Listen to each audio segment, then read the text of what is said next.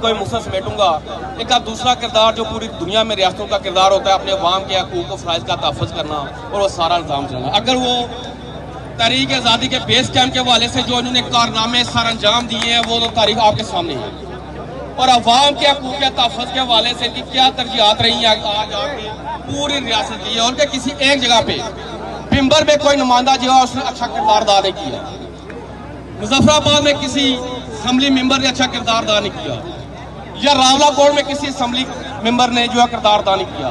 अगर ये छम से लेके तौबड़ तक पूरे आजाद कश्मीर के लोग एक ही जो है वो मुसीबत की वजह से, एक ही मुसीबत से छुटकारा हासिल करने के लिए वो निकले हुए हैं, तो इसका मतलब यह है कि पूरे का पूरा निज़ाम 78 सालों में इस निज़ाम के जितने भी जो है पुरजे आते रहे हैं, जितने भी इस निज़ाम का हिस्सा आते रहे हैं, उन्होंने अपनी जो है उनके फ़राइज़ थे उसमें ना सिर्फ नाअहली बरती है, बल्कि ये उनकी तरजीहात ही नहीं रही। इनकी तरजीहात जो रही है,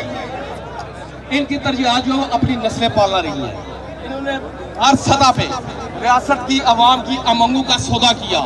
इन्होंने हर सतह में